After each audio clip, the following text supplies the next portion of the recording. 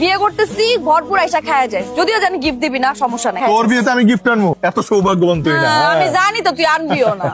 সারা জীবন তোরে যে সময় দিয়েছি এটাই না। আমি মনে তোর সময় দেই না। প্রেম করছো জীবনে না, করলে বলতে পারো, অসুবিধা নেই। না, কখনো ওইভাবে কারোর সাথে প্রেম হয়নি। প্রেম বলতে আমি শুধু আমার মাকেই বুঝি, মার সাথে সব ভালোবাসা, মার সাথে সব। আমি আপনাকে একটা কথা বলতে চাই। আমি চাচ্ছিলাম যে বিয়ের পর আমি পড়ালেখাটা চালিয়ে যাব। বিয়ের পর তোমার যেটা ইচ্ছা তুমি সেটা করবা, তোমাকে ফুল স্বাধীনতা দেওয়া হবে। নীলা, আচ্ছা তোর বান্ধবী কয়জন? আমার তো বান্ধবী বন্ধু বলতে ওই মিলনই আছে, ওই আসবে, ওই আমার সাথে, ওই আমার অনেক ক্লোজ ফ্রেন্ড। হয়েছে, তুই দেখছিস তো আমাদের বাসায় আসে এই মহল্লারই ছেলে মিলন। মিলন চিনি তো আপা, খুব ভালো করেছি, কিন্তু আমি বান্ধবীদের কথা কইতেছিলাম। আরে মামা কি বলো, বন্ধু তো বন্ধুই, ছেলে আর মেয়ে কি?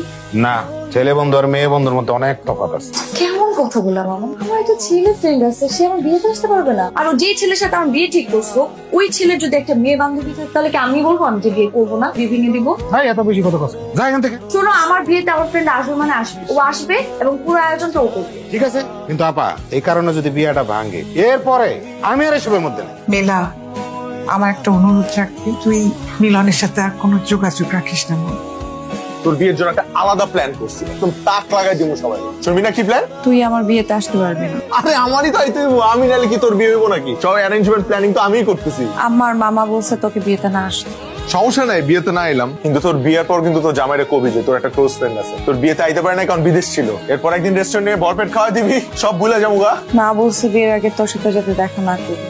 আম্মা যেহেতু নিষেধ করছে তাহলে কথা কইস না। কি অবস্থা তোর? তুই ফোন দিস না কেন আমারে? কোনো খোঁজ নেস না? আচ্ছা বিয়ে হয় নাই তাতে এই অবস্থা, বিয়ে হলে যে তুই কি করবি আল্লাহই জানে। কিরে, কার সাথে কথা কস? নীলার সাথে কথা কই আম্মা। আমার ফোনই দেয় না, মানে কেমন হয়ে গেছে। দে তো বেমানটার একটা বকা দেই। এই আম্মা কথা কই ভাই, এই নে।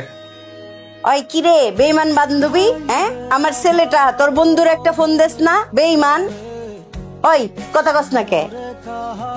কিরে এটা কার ফোন? আমার। এটা আমার ফোন, 2 দিন ধরে বন্ধ, চার্জার নষ্ট। 2 দিন ধরে কইতেছে আমার একটা চার্জার কিনা দে। হ্যাঁ আজাইরা কথা কইতেছে। হ্যাঁ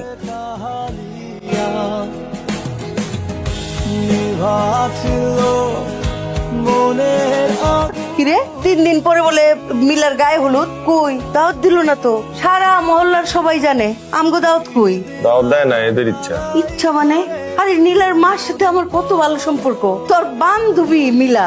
আরে আজও বিয়েতে দাওয়াত দিলে কি আমি বিয়েটা ভাঙ্গে দিতাম? আরো 2 হাত তুলে মোনাজাত করতাম মায়ের লিগা, যে সুখে শান্তিতে সংসার যেন করতে পারে। রাখো তো, এবার গায়ে লাগাও না, তুমি নিজের পোলার নিয়ে চিন্তা করো। খুব গায়ে লাগছে রে আমার, খুব গায়ে লাগছে। মানুষ, আয় রে, মানুষের সাথে ভালো সম্পর্ক রেখে লাভটা কি? হ্যাঁ